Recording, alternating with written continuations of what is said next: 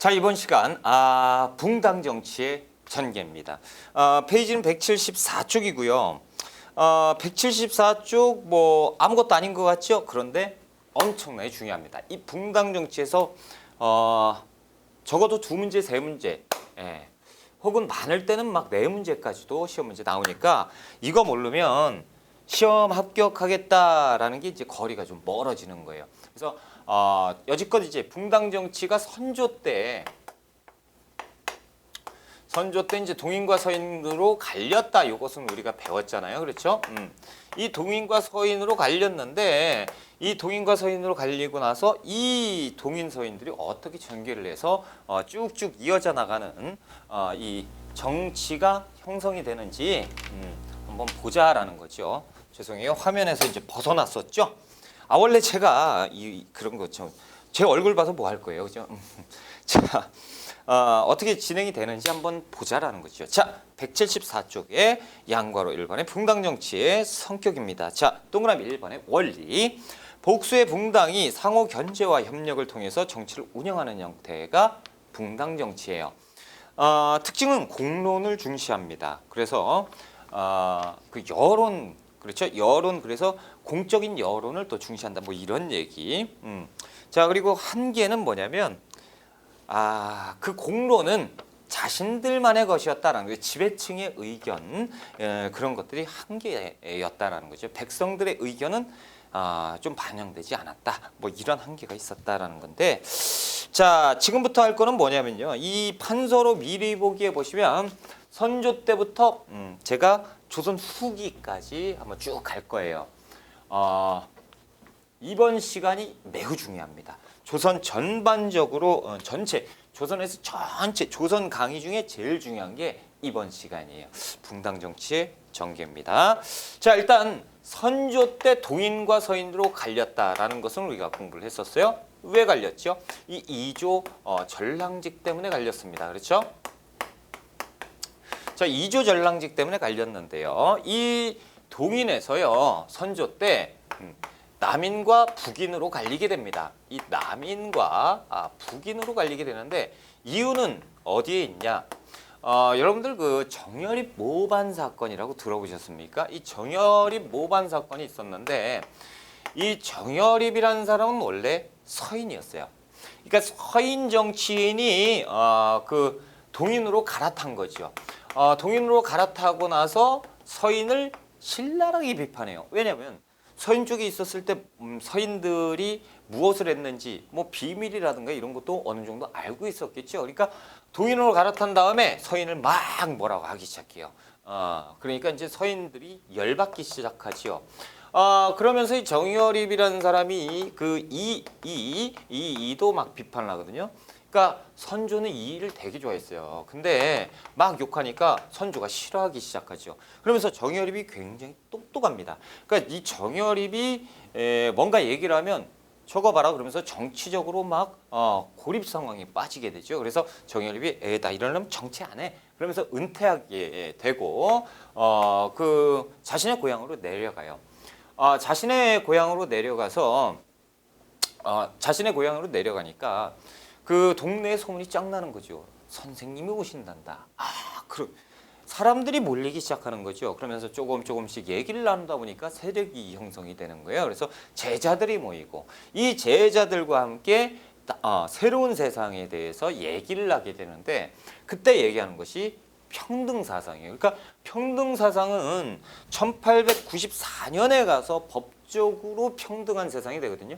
그러니까 벌써 이때 얘기했다 그러면 한 300년 정도를 앞서 가신 분이 또 정여립 선생이에요. 그러니까 어떻게 보면 대단한 사람이죠. 그래서 이 그 모임이 굉장히 커집니다. 그래서 하나의 조직을 만드는데 그게 이제 대동계라고 해서 모르셔도 돼요. 하나의 큰 조직을 만듭니다. 그러면서 평등을 외치면서 이렇게 되는데 이렇게 커지다 보니까 중앙정부에서 알게 돼 버렸어요. 그러니까 가만 봤더니 이 정여립이 저 가가지고 영모를 하는 거 아니야. 평등? 그럼 나 무시하는 거네. 잡아와. 이렇게 돼요. 그러면서 그 관군이들이 다치면서 그 조직이 쑥대밭이 되고 정여립은 도망을 가기 시작해요.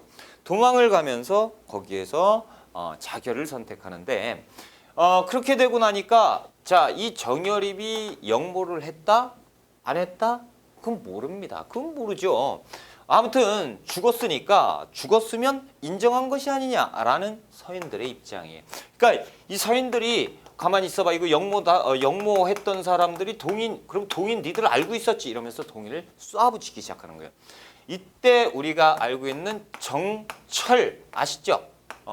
정철의 관동별공 뭐 이런 거죠. 시인으로 알고 계시는데 정철이 정치인이고 엄청 무서운 사람입니다. 이때 서인들이 선조가 이거 조사해봐라. 역모니까. 그래서 서인들이 알겠다 그러면서 정철이 등장을 하면서요. 이 정철이 수사관으로 내정이 됩니다. 그러면서 동인들을 싹 다 잡아놓는데 이때 정철이 뽑아든 칼이요. 선비 2,000명 정도를 싹 다 죽여버립니다. 그러니까 엄청나게 우리가 아는 것과 조금 거리가 있는 좀 냉정하신 분이다라는 거죠. 이 정철.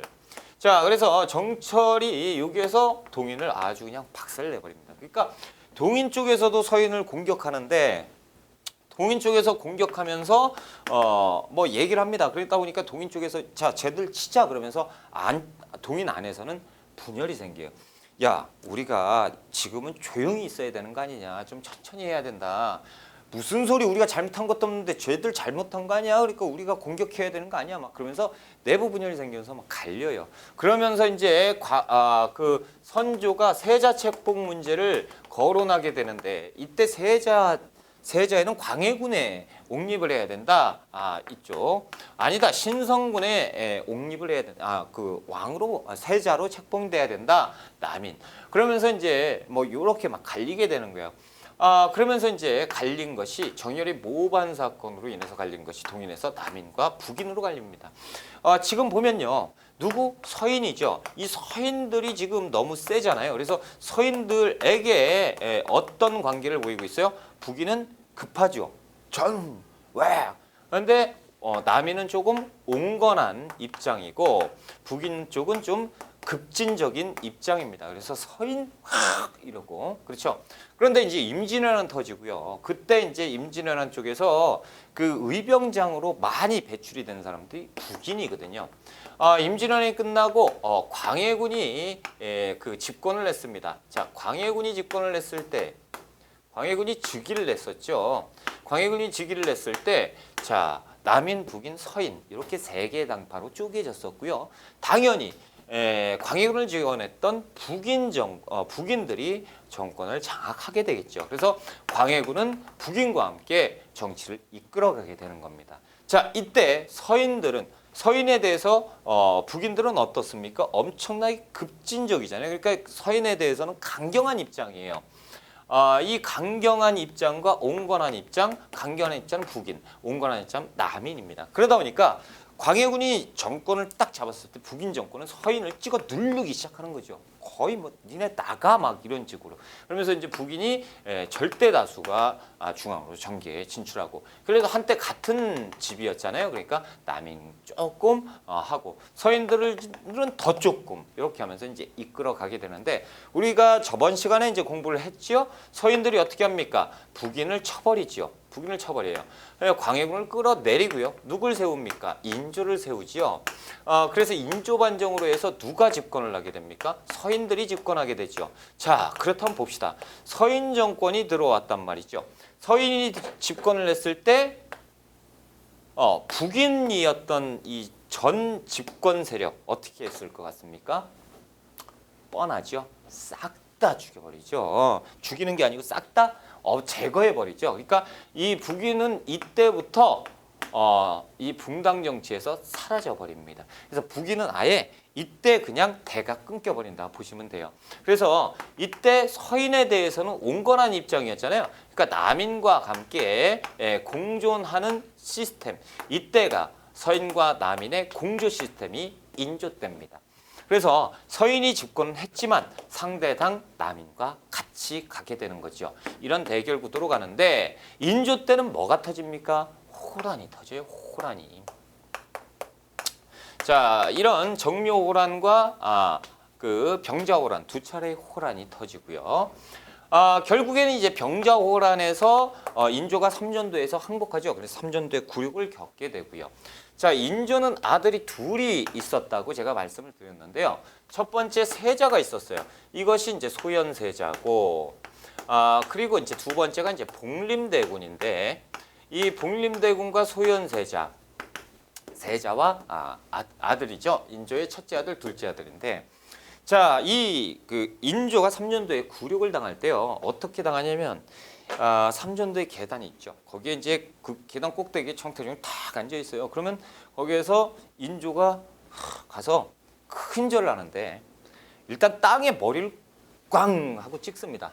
꽝. 그러면 소리가 나야 돼요. 소리가 안 나면 무효. 그러니까 소리가 나요. 그리고 거기에서 꽝한 상태에서 머리를 3번 조아려야 됩니다. 그걸 꽝꽝 하고 있으니 이 머리가 터지겠죠. 그렇죠. 피가 나고 막 그것을 아들 둘은 여기에서 딱 하고 그걸 보고 있는 거죠. 그렇죠. 신하들도 쫙 서가지고 보고 있어요. 왜? 항복 의례예요. 그게 결국에 이제 이렇게 하면서 이제 이 세자들도 그런 절차를 다 밟는데 그 황제는 그때 이제 그게 끝나고 올라오시오. 그러고 뭡니까 그 인조를 그 왕의 대접은 해줍니다. 그렇게 해서 이제 끝이 나는데 아무튼 소현세자와 복림대군은 그때 아버지가 이 오랑캐한테 머리를 조아리고 머리가 깨지는 이 굴욕을 당했을 때 무슨 생각을 했을까요? 둘 다 이거는 있을 수 없는 일이다. 오랑캐 내가 아버지의 복수를 하겠다라는 생각을 했겠죠. 그런데 이것이 끝난 이 항복 절차가 끝나고요. 이 소현세자와 복림대군을 청나라에서 야 인질로 데리고 간다. 그리고 볼모로 잡아가요. 그래서 이 청나라의 인질 생활을 한 10여 년, 10년 정도, 10년 가까운 세월을 소현세자와 복림대군이 청나라에서 생활을 하게 되는데 청나라에 갔더니 이 소현세자는요 성년이 넘어서 그 결혼해서 갔고 복림대군은 이제 청년, 그 청소년이었어요. 그러니까 소현세자가 우리 아버지를 어떻게? 자, 복림대군은 우리 아버지를 저것을 내가 앞뒤 안 죄죠. 내가 너 언젠간 죽일 거야. 나는 그냥 내 목숨 다 바쳐서 너를 칠 거야. 이게 이제 복림대군인데 청나라에 갔어요. 그랬더니 소현세자가 깜짝 놀래죠. 세자잖아요. 그러면 차후에 왕이 될 수 있으니까 왕에 대한 교육을 다 받았으니까 외교라든가 이런 관례를 다 알아요. 청나라에 갔는데 청나라에서 봤더니 예전에 우리가 생각했던 그 오랑캐가 아닌 거예요. 엄청난 대국인 거예요. 그러니까 이 대국을 내가 지금 칠 생각을 했으니 엄청 무서운 거죠. 그걸 느꼈던 게 소현세자고 복림대군은 갔더니 큰 나라는 큰 나라인데 나라고 뭐 내가 친다고 해서 니들이 상처 안 받을 것 같아? 한번 해봐. 계속 이렇게 되는 거죠. 그래서 소현세자는 그때 방법을 바꿉니다. 그래서 이것들을 이기려면 이 어마어마한 기술력을 내가 배워야 된다. 그래서 우리 조선이 엄청나게 강한 조선이 돼야 된다라는 생각을 하게 되고 열심히 가서 배우기 시작합니다. 그러다 보니까 이 청나라의 황태자 있죠? 태자하고 친분 관계가 형성이 되고요. 이 거의 뭐 친구처럼 이렇게 지내게 돼요. 그러니까 남들이 봤을 때 인조가 봤을 때는 아들이 가가지고 놀고 자빠진 거죠. 복림대군 같은 경우는요. 형 그러면 안 돼. 우리 아버지가 어떻게 했는데 야 동생아 그게 아니고 우리가 이렇게 해서 얘들 쳐야 될 거 아니냐. 형 그런 생각이었어. 이러면서 이제 하는데 복림대군은 계속 무에 땄고 어떻게 칠 것인지 무력적인 연구만 하고 있죠. 자 결국에 이 인질 생활이 끝나고 이제 조선으로 돌아가게 됩니다. 그때 인조가 어서 와라 내 아들들아 딱 했는데 이제 소현세자가 거기에서 앉아서 이제 바로 얘기한 게 아버지 갔더니 이게 걔들이 준 겁니다 선물로. 그래서 벼류를 꺼내와요. 그러니까 오랑캐 왕이 선물을 준 거를 당당하게 딱 내보인 거지. 그리고 이제 거기에서 성모 마리아상 요걸 갖고 와요. 그러니까 그때 당시에 청나라는 벌써 천주교가 들어와 있는 거죠. 그러니까 그런 거에 다 접하고 지구본 이런 것들을 가지고 이렇게 하니까 어디 그 사교 이런 걸 갖고 와서 막 이렇게 되고 실제로 그 받아온 벼루를 가지고 소현세자 얼굴 향해서 던져버립니다. 머리 맞아가지고 피 질질 흘리고 복림대군은 거기에서 아버지 저 이제 다 연구하고 왔어요. 뭐를? 아버지 군대 만들고 치는 겁니다. 뭐 이렇게 되는 거죠. 그러니까 둘째밖에 없구나 이렇게 되는 거죠. 그러면서 이렇게 되면서 이제 들어와서 소현세자는 세자대로 활동을 하는데 열흘 만에 소현세자 갑자기 의문의 죽음을 맞이합니다. 그래서 그 기록에 의하면 얼굴에 7구멍에서 피가 쏟아졌다고 그래요. 온몸은 새카맣고 독살이 있죠. 근데 독살로 확정은 짓을 수가 없고 그냥 추정인데 통설이 그래요. 독살일 것이다. 근데 갑자기 소현세자 죽으니까 남아있는 아들 누구죠? 복림대군. 이 복림대군이 그 다음 왕이 되니요. 그 다음이 현종입니다. 효종입니다. 효종. 자, 이 효종 복림대군이 왕이 됐어요. 당연히 누굽니까? 서인 정권이 계속 효종을 도와주고 있고요. 남이는 계속 가겠죠. 그런데 이 효종 때 효종은 무엇을 계획을 했습니까?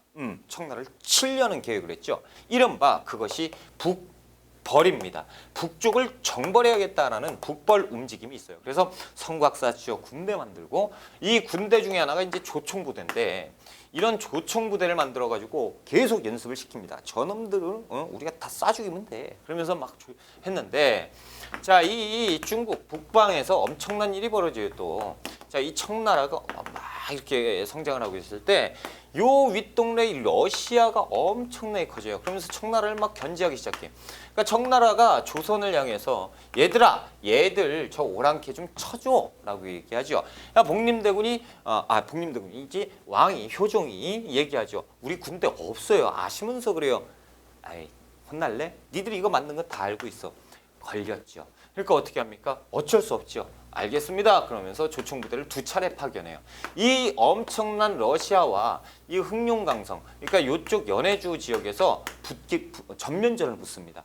2차례 우리가 한 200여 명 군대를 보내는데요. 이 2차례 전투에서 우리가 전승을 거둬버립니다. 대승을 거둬버리고 아군의 피해는 단 한 명도 없었어요. 근데 얘들은 다 전멸내버렸어요. 이 러시아 군대를 격파한 요것을 가지고 나선 러시아를 정벌했다라는 나선 정벌, 이것이 이제 효종 때 있었다. 근데 한쪽으로 보면 진짜 어이가 없는 거죠. 어처구니 없죠. 청나라를 치려고 만들었던 군대를 가지고 청나라를 도와준 꼴이 돼버렸던 것이 이 효종 때 나선 정벌입니다. 자, 이 나선 정벌을 겪은 다음에요. 오히려 이 북벌 움직임은 쇠퇴해버려요. 왜냐하면 도대체 이 마지막 이제 어떻게 보면 이제 끝물이죠. 우리가 쟤들을 정벌할 수 있는 조총부대 이 마지막 히든 카드까지 걸려버렸잖아요. 역시 저놈들 정보력을 이길 수가 없구나. 쟤네는 그냥 우리가 어쩔 수 없이 그냥 말자. 그러면 어떻게 되는 거죠? 이제부터는 어쩔 수 없다. 저놈들 우리가 배워서 저 기술력 가지고 어떻게 하든가 그렇게 가자. 그러면서 북벌에서 자연스럽게 북학이라고 하는 것은 북쪽의 학문을 연구하자 쪽이에요. 그래서 북벌과 북학은 한자 차이지만 정반대의 의미가 있는 거예요. 그래서 이 이후부터는 북학 움직임이 있습니다. 자, 그리고 이 다음에 왕이 이제 현종인데요.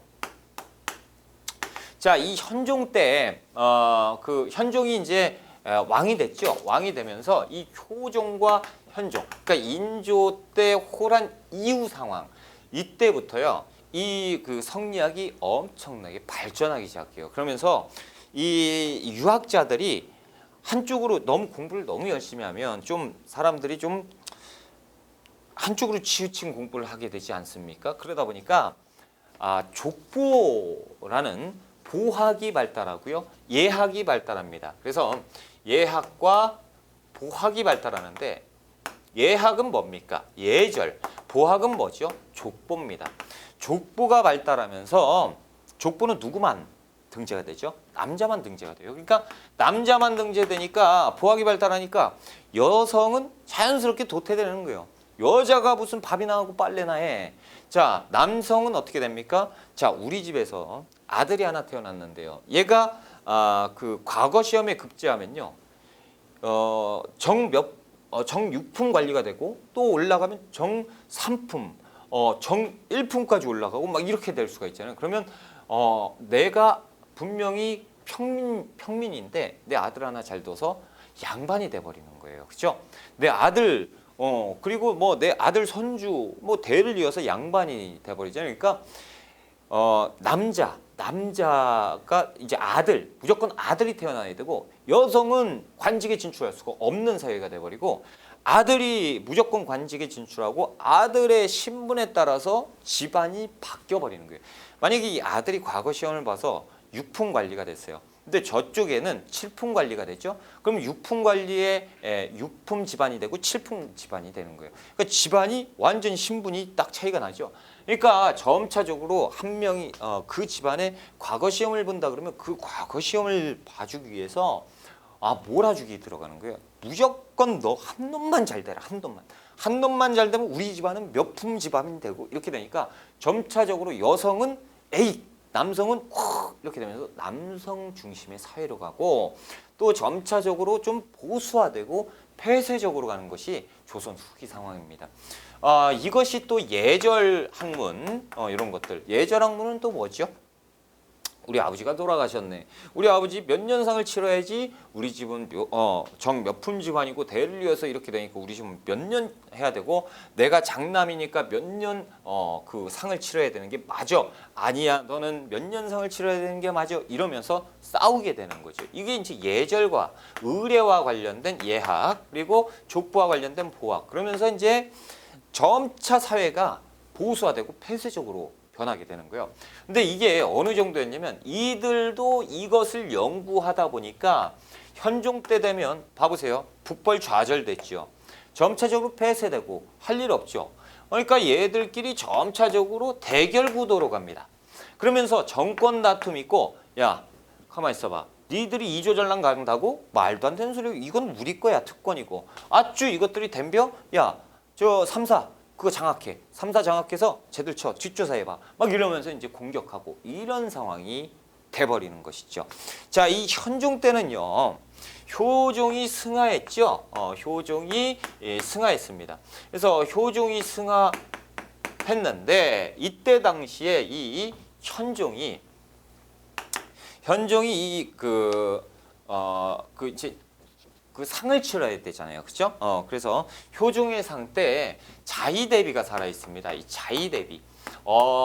현종의 입장에서 봤을 때 이 자의대비는 누구냐면 할머니예요. 이 인조의 계비가 있는데 이 인조의 계비가 자의대비입니다. 그러니까 현종의 입장에서는 아버지, 할아버지죠. 그러니까 할아버지인데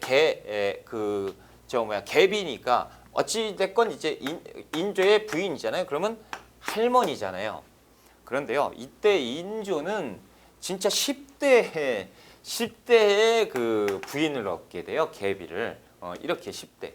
그러니까 이제 10대니까 이때 당시에 효종하고 나이 차이가 얼마 안 나요.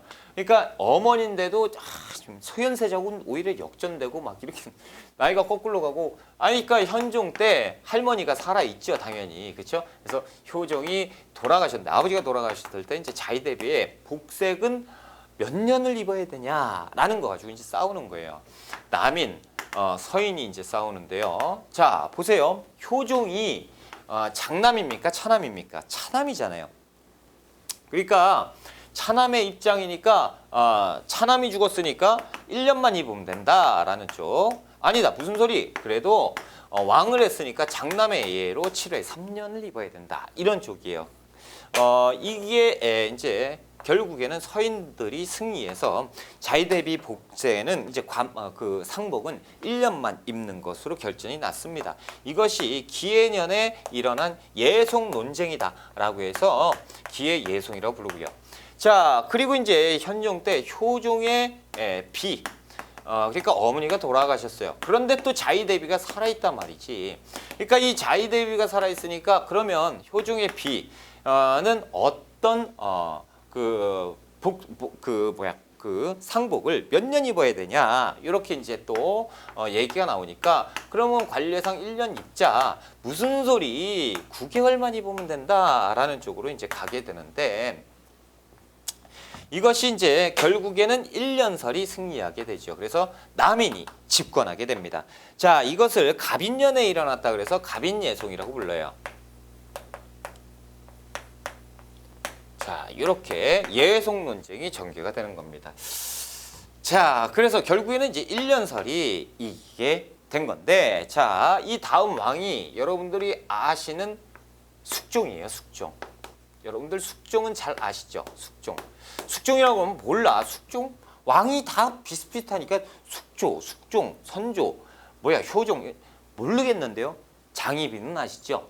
안다. 자, 숙종은 이제 장희빈 하면 더 유명해요. 장희빈은 알고 계시더라고. 그러니까 숙종 때 이제 숙종이 이제 왕이 즉위했는데 누가 정권을 장악하고 있습니까? 남이 장악하고 있지요. 자, 여러분 보세요. 선조 때부터 시작된 이 붕당이 쭉쭉 가다가 누가 집권했죠? 북인 한번 했다가 그죠? 선조 때는 동인이 했다가 서인이 했다가 왔다 갔다 했어요. 그러니까 광해군 때 북인이 집권했죠. 그러다 계속 서인이 집권합니다. 그렇죠? 남인은 뭐예요?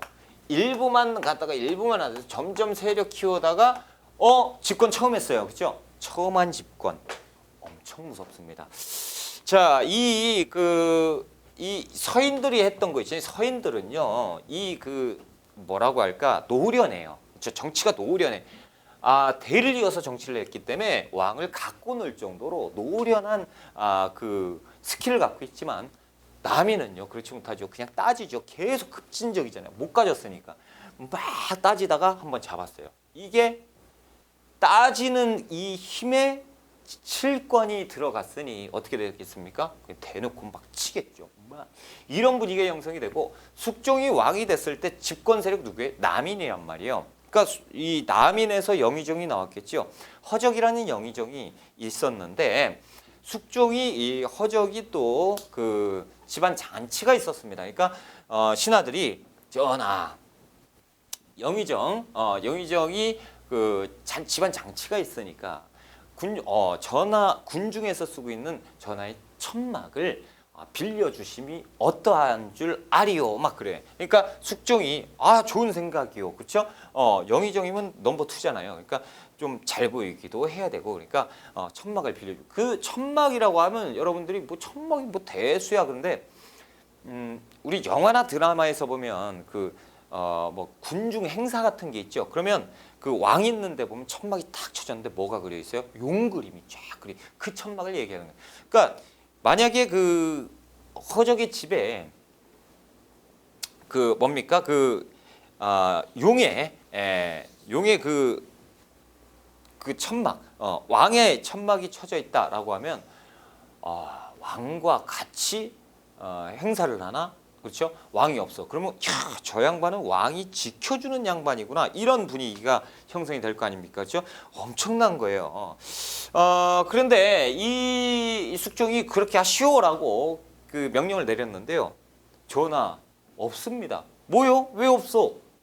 알고 봤더니 미리 가져가 있어요. 영의정이 허락도 안 얻고 그냥 가져가 버린 거예요. 왕의 천막을. 열받죠. 이 일 계기로 해서 숙종이 남인에서 등을 돌려버립니다. 그러면서 서인들에게 얘기하지요. 내가 힘들어 죽겠소. 전하 왜 그러십니까? 아니 남인들이 아주 배뜨게 불러가지고 왕 알기를 우습게 알고 전하 그 조정에서 선친께서 다 이렇게 만들어 놓으신 거 아닙니까? 왜 우리한테 그러십니까? 그러시면 어떻게 하시오? 경들이 좀 도와주시오. 아니 우리가 힘이 있어야 도와드리죠. 제가 든든한 후원자가 되어 드릴 테니까 뭔가 수만 내어주시오 라고 하죠. 그러니까 서인들이 여기에서 머리를 쓰기 시작하면서 이 남인 영의정 있죠. 아주 그냥 기세 등등하고 서인 입장에서 봤을 때는 정신 놓은 거죠. 왕의 것을 함부로 가져가 승낙도 안 받고 허락도 안 받고 이것은 영모로 뒤집어 씌우자 그러면서 영의정의 서자 허견이라고 있어요. 이 사람이 복창군이라고 왕의 배다른 동생인데 이 양반을 왕으로 올리려고 영모를 꾸미고 있다라는 사실을 유포시키고 공격을 하기 시작합니다. 그러니까 남인 쪽에서 말도 안 되는 소리 하고 있다고 막 팔짝 뛰겠죠. 그때 숙종이 결정적인 단서를 제시하면서 당신들이 영모를 했구만 이렇게 하면서 완전히 쑥대밭을 내버리거든요. 이것이 첫 번째 환국입니다. 경신년에 일어난 환국이라 해서 경신환국이라고 하는데 여러분들 환국이 뭐냐면요. 정권이 하루아침에 바뀌어버리는 겁니다. 집권 여당이 바뀌는 거예요. 이걸 엄청나게 큰 일이에요. 여러분들 지금 집권 여당과 야당이 있잖아요. 지금 뭐 뉴스 보면 맨날 여당이 어떻고 야당이 어떻고 막 반대한다 그러면서 막 싸우잖아요. 근데 보세요. 우리는 4년마다 한 번씩 투표를 내가지고 이 당을 바꾸잖아요. 집권당을 바꾸기도 하고 그냥 유지시켜주기도 하는데 이 집권 여당, 야당이요. 여당이 하루아침에 바뀐다면 무슨 일이 생길 것 같아요? 이 모든 권한을 대통령이 부여한다. 그럼 대통령이 당신이 이제 오늘은 여당하시오. 이렇게 한다고 생각을 해보십시오. 이건 엄청 무서운 일이 벌어지는 거예요. 지금까지 여당이 추진했던 거, 야당이 반대했던 거, 그렇죠? 그런데 그게 하루아침에 바뀌죠? 그러면 어떻게 돼요? 세금 다 바뀌죠. 그리고 뭔가 사회적인 분위기가 싹 다 바뀌면서 우리가 세금 내는 거 그리고 우리의 어떤 뭐 시스템들이 다 하루아침에 바뀌어 버려요. 그러면 어떤 사람은 그 재산적인 손해, 정신적인 손해, 뭐 정치적인 손해 말할 수 없어요. 정치 사회 대혼란이 일어나는 것이 하루아침에 바뀌는 거거든요. 근데 이 당시는 하루아침에 바뀌어 버렸습니다. 이것이 숙종 때 일어난 환국인데요. 원래 숙종은요 이러려고 했던 게 아니고요. 이 사람들이 계속 갔다 왔다 계속 역대 계속 싸웠잖아요. 숙종은 제일 먼저 하고 싶었던 거는 그 유명한 탕평 정책을 하고 싶었습니다. 그래서 숙종이 맨 처음에 추구했던 거는 탕평 정치예요. 탕평 정치라는 건 서로 싸우지 말고 친하게 지내시오라는 얘기거든요. 정당끼리 싸우지 마라. 인데 이것을 편당적으로 한쪽 편을 들면서 이 탕평 정치가 부작용을 일으키게 되는 작용을 하게 되는 것이 환국으로 나타나게 된 거예요. 그래서 숙종은 탕평 정치를 하려고 했었지만 이 부작용으로 오히려 환국이 전개가 되었다. 이렇게 이제 기억을 하시면 되겠습니다. 아무튼 이런 일이 있어서 이제 누가 서인이 한순간에 집권을 해버렸습니다. 자, 그리고 숙종에게는 3명의 부인이 있었어요. 인현왕후 민씨가 있었고요. 그리고 희빈 장씨가 있었고요. 그리고 숙빈 최씨가 있었습니다. 자, 이 서인이 집권을 했는데요. 서인이 얼마나 노련해요. 그러다 보니까 이 숙종을 가지고 놀아요. 숙종이 뭐 좀 할까요? 그랬더니 아이 전하 그러시면 안 되죠. 전하가 이걸 하시려면 우리가 뭐 남는 게 있어야죠. 막 그러면서 장난을 치어요. 그러니까 숙종이 열받죠. 이것들이 지금 가만히 있어봐. 남인 야 니들은 뭐 하고 있어? 이제 남인 편을 들기 시작하는 숙종이죠. 저희가 본 힘이 있나요? 야 나는 그래도 니들이 집권을 했으면 좋겠는데 근데 뭐가 없지요? 라고 하고 있을 때 자, 숙종과 인현왕후 민씨 사이에 가장 큰 걸림돌이 있었으니 그것이 자식이 없다는 거예요. 그런데 장희빈과 사이에서 아들이 태어납니다. 아들이. 자, 이 일이 엄청나게 문제가 되는 사건이 발생을 해요. 숙종이 이 아들이 얼마나 이쁘겠어요. 근데 아들. 자, 이렇게 되면서 이 아들을 가지고 이 세자를 책봉하겠다라는 세자 책봉 문제를 거론하기 시작합니다. 숙종이 직접. 그러니까 서인이 벌쩍 떠요. 아니 되옵니다. 라는 거죠. 왜? 아니 엄연히 중전이 살아계신데 후궁에서 나온 자식을 세자로 놓는다면 만약에 그 중전과 사이에서 태어난 아들이 태어난다면 그러면 이 일은 어떨 것이냐. 이 세자를 폐하고 폐세자시키고 세자를 책봉할 것이냐. 아니 되옵니다. 이렇게 되는 거죠. 남이는 말도 안 되는 소리 하지 마시오. 지금 중전과의 관계가 하루아침 문제도 아니고 엄청 오래됐었는데 자식이 안 낳았다면 뭔가 문제가 있는 거 아니오. 그런데 자식이 태어났으면 더 늦기 전에 세자를 해서 왕실을 안정시키는 게 맞지 않소? 라는 이 문제가 생기게 되는 것이에요. 숙종 입장에서는 가만히 있어봐. 서인 이거 웃기는 놈들이다. 야, 내 자식 인정 안 한다는 거야? 니들이? 내가 하고 싶다는데 너네 뭐야? 내가 이뻐하는데 이뻐하지도 말자는 거야? 뭐 이러면서 이제 이상하게 가게 되는 거고, 그러면서 아니옵니다 전하, 그것이 아니오고 닥치시오, 이렇게 되면서 남인 편을 들고 세자를 책봉해 버립니다. 이것이 그 기사환국이라고, 기사년에 일어난 환국이라고 해서 집권 여당이 다시 바뀌어 버려요. 그리고 인현왕후 민씨를 폐위시켜버리고 희빈장씨를 중전에 앉혀버립니다. 그러니까 이제 얘기는 됐죠. 중전의 사이에서 나온 아들이니까 세자가 맞다. 자, 이렇게 됐는데 우리가 이제 드라마에서 보듯이요. 자, 이 희빈장씨가 무엇을 합니까? 질투의 화신으로 변해버리죠. 그리고 막 하면서 인현왕후 막 인형 만들어 놓고 막 찌르고 막 그 뭡니까, 증오하고 막 저주 붓고 막 그러잖아요. 이게 발각이 된 겁니다. 그러니까 이제 숙종은 내 이제 잘못했다라는 거죠. 인현왕후 민씨 얼마나 불쌍합니까? 게다가 병까지 들어버렸어요. 조강지철 버리니까 내가 큰 벌을 받는구나. 그러면서 이제 서인을 만나기 시작하지요.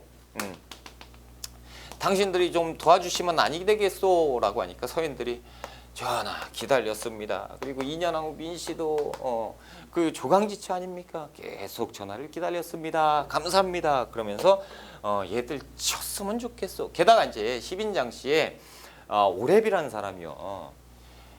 아주 그냥 부정부패를 일삼아요. 대놓고. 그리고 내가 우리 왕 내가 저 뭐야 천안 매부사이고 막 어쩌고 저쩌고 하면서 난리를 펴보니까 이제 사회 문제가 되니까 숙종도 어떻게 못하죠.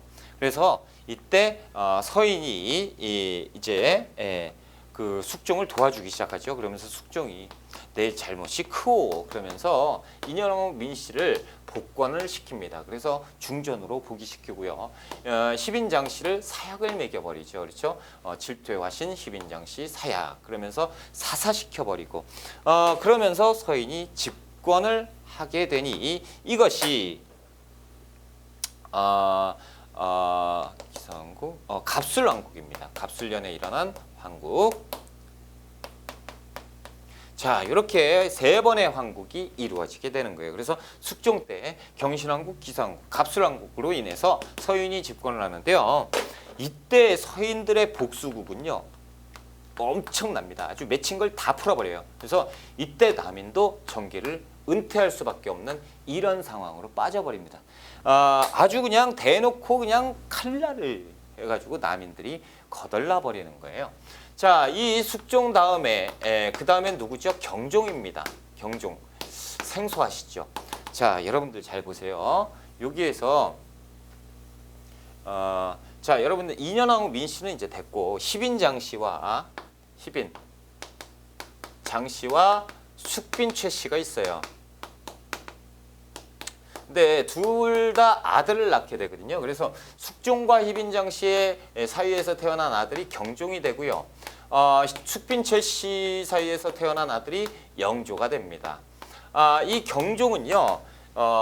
경종과 영조는요. 이 경종이 세자 시절에 영조와 엄청나게 친했어요. 근데 웃기는 건 희빈장씨하고 숙빈최씨는 관계가 엄청 안 좋아요. 그리고 그걸 말씀을 안 드렸는데 왜 이런 일들이 벌어지냐면 인현왕후 민씨는요 서인 쪽에서 배출한 왕비고요. 희빈장씨는요 남인 쪽에서 배출한 왕비였어요. 그러니까 중전 한번 했었잖아요, 그렇죠? 이런 일이 있었어요. 그렇기 때문에 희빈장씨 몰락하면서 남인까지 다 몰락해버리고 그리고 아니 되옵니다 그랬던 이유가 다 있는 겁니다. 자, 이렇게 해서 경종이 왕위에 올라버렸어요. 자, 이때 경종이 오르면서 이때 서인들은 노론과 소론으로 분열합니다. 여러분들 제가 화면에 안 보이더라도 이해하세요. 언제나 그렇지만 제 얼굴이 중요한 게 아니죠. 내용이 중요한 거니까. 그래서 노론과 소론으로 갈등이 계속 조장되다가 결국에는 경종 때 노론과 소론으로 분열을 하는데 경종 이전에 분열을 하는데 숙종 때, 숙종 말년에 왜 이런 일이 있냐면 노론은요. 이 영조가 왕이 되어야 된다라고 얘기를 하고요. 소로는요. 이 경종이 왕이 되어야 된다라고 계속 얘기를 했어요. 이 이유가 왜 그래요? 자, 희빈장씨는 사사됐죠. 이 사사된 사람의 아들이 왕이 됐을 때는 무섭죠. 왕이 되면 이 우리 어머니 죽인 놈들 누구야? 너지. 그럼 이렇게 되면 복수국이 생길 수 있잖아요. 그러니까 계속 반대하고 막 이런 일들이 생긴 거예요. 그러니까 다음 이 수핀체 씨하고 아들을 왕으로 올리자 막 그러면서 막 왈가왈부하다가 결국에 이게 이제 갈린 거죠. 근데 이 소로는 경종을, 노로는 영조를 주장을 했었거든요. 그런데 결국에 경종이 그 즉위를 하게 되고 소론이 잠깐 여기에서 정계를 장악하게 되죠. 여당이 되는 거죠. 자, 그런데 경종은 이제 세상을 또 떠나게 되는데요. 떠나기 전에 경종이 후사가 없어. 그러다 보니까 이 영조 있죠? 연인군인데 이 연인군을 세제, 여러분들 세자는 뭐고 세제는 뭐죠? 어딨어? 세자는 아들 자자고요. 형제 제자예요. 그래서 왕세제 책봉 문제가 거론이 됩니다. 그래서 이 영조를 왕세제에 올리자라는 거죠. 내 다음에 영조가 내 동생이 왕이 됐으면 좋겠다라는 얘기를 하니까 펄쩍 뛰죠. 막 아니되옵니다. 막 맞습니다. 그러면서 싸우게 되는데 결국에는 왕세제로 영조 연인군이 책봉이 되고요. 그리고 경종이 정치를 계속 하고 있는데도 불구하고 영조를 왕세제가 그 대리청정을 해야 되겠다라는 대리청정 문제가 불거집니다. 대리청정이라고 하는 것은 왕의 권한을 좀 나눠서 이런 부분은 왕 역할을 세자가 해라 혹은 세제가 해라 이렇게 되는 겁니다. 자, 이렇게 되니까 아니되옵니다 라고 했던 쪽은 소론이겠죠. 아, 맞습니다. 저는 찬성입니다. 노로는 원래 영조 편이니까. 그렇죠? 그러다가 경종이 또 세상을 갑작스럽게 뜨게 되는데 이때 영조가 당연히 뒤를 이어서 왕이 되겠지요. 영조는 왕이 되면서 누구와 같이 가겠습니까? 이 노론과 같이 가겠죠. 그러면서 소로는 소외되게 되는 것이죠. 당연한 거 아닙니까? 그렇죠? 영조는 노론과 같이 갑니다. 그래서 영조가 노론과 정치를 쫙 가고 있는데 보세요. 서인이죠. 서인이죠. 얼마나 노련합니까? 자, 노론과 소론, 노소 한자로 늙을 노자를 써요. 그러니까 늙은 사람들, 서인 쪽에서도 늙은 사람들 얼마나 노련하고 능글맞아요. 왕을 갖고 놀아요. 그러니까 영조는 그걸 알았어요. 알다 보니까 이때 이 어렸을 때 왕자 시절에 엄청나게 공부를 합니다. 아니 뭐 이렇게 해가지고 다 발리고 뭐 난리가 났는데 그래서 내가 살 길은 공부고 똑똑히 해야겠구나 그런 생각을 하게 되면서 공부를 엄청나게 한 사람이 영조예요. 그러면서 명분상 노론을 박살을 낼 수가 있었던 게 영조고요. 그러니까 영조는 등극하면서 시끄럽소 싸우지 마시오 이제부터 탕평정치요 라고 시작을 할 수가 있었던 게 영조입니다. 자, 영조는요 자신의 아들이 있었죠. 그것이 누굽니까? 그 유명한 사도세자지요. 이 사도세자를 어떻게 했죠? 뒤주에 가다서 죽여버렸죠. 그렇죠? 이유는 사도세자가요 엄청나게 좀 일단 영조가 어렸을 때 40살이 넘어가지고 아들을 봤어요. 얼마나 이쁩니까? 그래서 아들을 잡고 막 공부시키고 계속 가르치고 그랬는데 점차적으로 내 생각과 거리가 멀게 우리 아들은 천재야 이게 아니고 점차적으로 가면서 우리 아들이 이상해져요. 공부를 싫어하죠. 막 그러니까 아버지가 혼내기 시작해. 그러니까 아버지만 보면 싫어요. 그러다 아버지한테 계속 혼나죠. 그러니까 아버지만 보면 무서운 거예요. 왜? 그냥 보통 일반 평민의 아버지라고는 아버지한테 덤비긴 하지 왕이잖아요. 덤볐다가는 죽을 수도 있잖아요.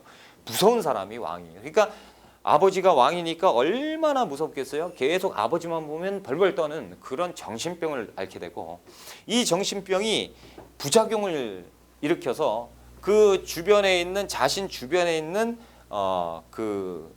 관리들을 그대로 뭐 따귀를 때린다거나 폭행을 일삼고 그리고 최초의 가정폭력 그 사도세자의 비가 해경궁 홍씨 정조의 어머니인데 가정폭력 해경궁 홍씨의 함중록에 보면 막 써 있어요.